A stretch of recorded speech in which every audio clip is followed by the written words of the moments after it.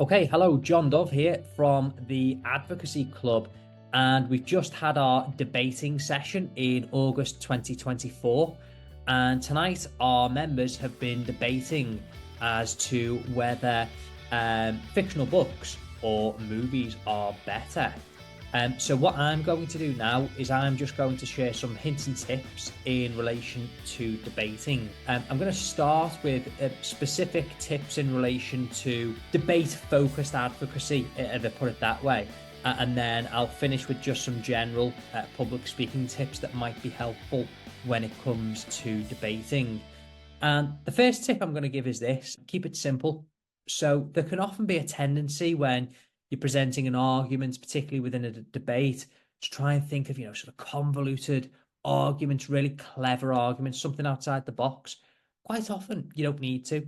Sometimes the simplest argument is the easiest argument to follow. Keep it logical. A logical argument is persuasive.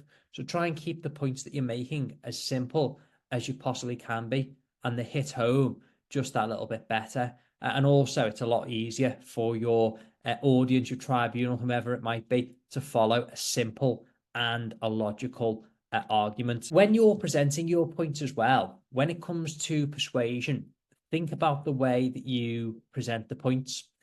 So you might say something along the lines of, well, in light of what I'm saying, you may think that. And that's inviting your tribunal or inviting whoever it is that you're trying to convince to side with you, rather than, now you've heard what I've said, you will think that, because that's a challenge. Effectively, you're saying, well, based on what I've said, you're definitely going to think this. That's a challenge. In the mind of your tribunal, in the mind of whomever you're convincing, they'll think, I don't think I will think that. So just think about the language, invite them to side with you, invite them to find in favor of your argument, rather than telling them that they will, because people don't like to be told what to do or what to think. When you're making any points, back them up with evidence, back them up with authority, back them up with figures, back them up with statistics, back it up with academic articles, whatever it might be. If you can support your argument with some sort of evidence, if you've got something that bolsters your argument, well, of course, it adds credibility, and a credible argument is a persuasive argument. So where possible, just like you would in the courtroom, try and back up your arguments with evidence. At some point, you may have to deal with rebuttals. So it may be that you are the opposer and you've heard some of what your opponent has said, or you might even be dealing with the replies at the end of your submissions. Remember to be respectful in the way in which you are rebutting your opponent's argument.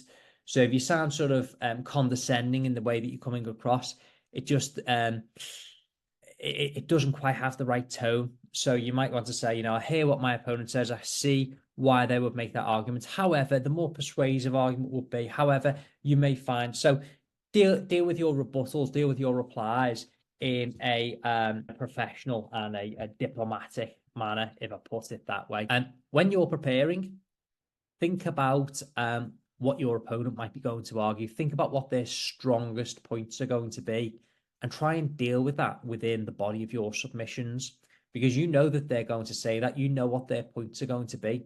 So if you can really put some thought in beforehand and try and take the sting out during your argument, once again, it knocks down your opponent's argument before they've even got onto it. And likewise, whoever you're debating in front of, they might hear what your opponent is going to say and they might think, oh, they're going to be some persuasive points. You can take the sting out before they've even had the chance to open their mouth. And in terms of structuring your arguments as well, think about how much time you have and don't try and throw too many points in.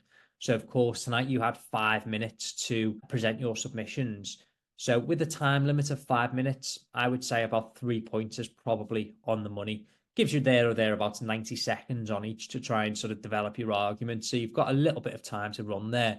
And also in terms of the way in which you would structure them, always put your strongest argument first. There's no point starting with a weak argument and then building up. Go with the strongest and your best point first. Now, in terms of just some general presentation or public speaking tips that might help you with debating, number one, and I say this all the time, the pace of your voice. So speaking slowly is really important. And I think a pace of around 100, maybe 120 words a minute is about right. And speaking slowly is crucial for so many reasons. Number one, it means that you're much easier to follow for the audience so they can hear exactly what you're saying. Words don't get missed and they don't lose anything that's being said there. And secondly, when you speak slowly, you sound a lot more confident in what you're saying. And if you sound confident, then you also sound persuasive as well.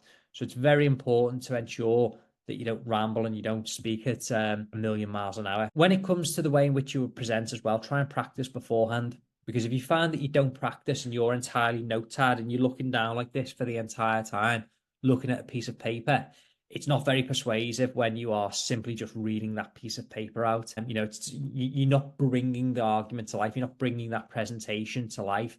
You're simply reading from a sheet of paper. So try and practice beforehand so you've really got the thrust of your argument in your head and you can present it quite dynamically. Which leads me on to the next point, which is to avoid being monotone. Because if you present in this sort of flat monotone voice all the way throughout, it doesn't sound very entertaining. You'll switch, people want to switch off. They don't want to listen to you and they won't be minded to side with your side of the argument. And then lastly, remember the pause is one of the most effective tools that you've got in your arsenal as a public speaker. So if you make a good point, use a pause afterwards. Let that point sink in. Let the audience think about it and revel in how good that point is that you've just made.